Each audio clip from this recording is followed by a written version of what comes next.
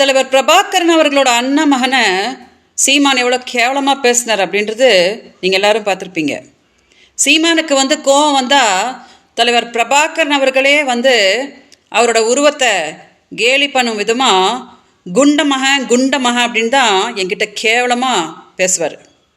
அந்த மாதிரி சீமான் என்கிட்ட ஃபோனில் பேசியிருக்கிற பல ஆடியோஸை நான் 2011 அஇஅதிமுகவோட காலகட்டத்தில் சீமான் மேலே போய் கம்ப்ளைண்ட் கொடுத்தேன் இல்லையா, அப்போது தலைவர் பிரபாகரனை எவ்வளோ கொச்சையாக பேசியிருக்கார் பாருங்க அப்படின்னு அந்த ஆடியோ கூட நான் காவல்துறைக்கிட்ட காட்டினேன்.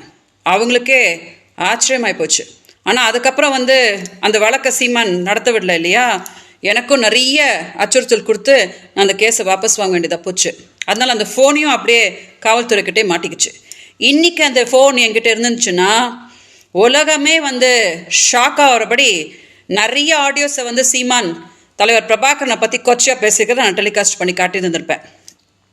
இன்றைக்கி நான் பேசியிருக்கிற இந்த விஷயத்தை போய் சீமான்ட்ட கேளுங்க, ஆதாரத்தை காட்ட சொல்லுங்க அப்படின்னு கேன்ட்டு போவார். சீமான்ட்ட நான் சொல்கிறேன், நேற்று மீடியா முன்னாடி சொன்னார் இல்லையா, என் மகனுக்கு தலைவர் பிரபாகரன் தான் பெரியப்பா அப்படின்னுட்டு. அந்த குழந்தை மேலே சத்தியம் பண்ணி சொல்லுங்கள் சீமான், தலைவர் பிரபாகரனை நீங்கள் பாடி ஷேமிங் பண்ணுற விதமாக குண்டமக அப்படின்னு நீங்கள் சொன்னதே கிடையாது அப்படின்னு சத்தியம் பண்ணி சொல்லுங்கள். நான் கும்புற சிவபெருமான் மேலே சத்தியம் பண்ணி நான் சொல்லுவேன். ஏன்னா இதே காது சீமான் தலைவர் பிரபாகரனை கொச்சையாக பேசியிருக்கிறது கேட்டிருக்குது. இன்றைக்கி நான் தமிழ்நாடு மக்கள்கிட்ட ஒரே ஒரு விண்ணப்பத்தை தான் வைப்பேன். சீமானுக்கு மக்களுக்கு எதுவும் நல்லது பண்ணணுன்ற எந்த ஒரு எண்ணமும் கிடையாது.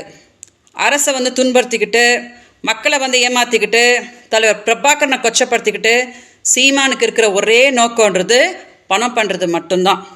எல்லாரையும் கொச்சப்படுத்திட்டு இன்றைக்கி தமிழ் பொண்ணு அவரோட சுயநலத்துக்கு நீ என்னோட தமிழ் மக்கள் கூடயே வாழ விடாமல் கர்நாடகாவில் எப்படி நான் துன்பப்படுத்திட்டுருக்கேன்றது நீங்கள் எல்லாம் பார்த்துட்டு தான் இருக்கீங்க. அதனால் நான் என்ன கேட்குறேன் தெரியுமா, எல்லார் வாழ்க்கையும் சீரழிச்சிட்டு மக்கள்கிட்ட போய் ஓட்டு கேட்டு மக்கள் ஓட்டு போட்டுட்டாங்கன்னா நம்ம முதலமைச்சர் ஆகலாம் அப்படின்னு சீமான் நினைக்கிறாரு இல்லையா, அதுக்கு சரியான பதிலடி நீங்கள் தான் கொடுக்க முடியும். அதனால் தயவு செஞ்சு என்னை நேசிக்கிறவங்க யாரும் சீமானை ஆதரிக்காதீங்க. மீடியா தயவு செஞ்சு இந்த வீடியோவை மக்கள் பார்க்கும்படி டெலிகாஸ்ட் பண்ணுங்கள். வணக்கம்.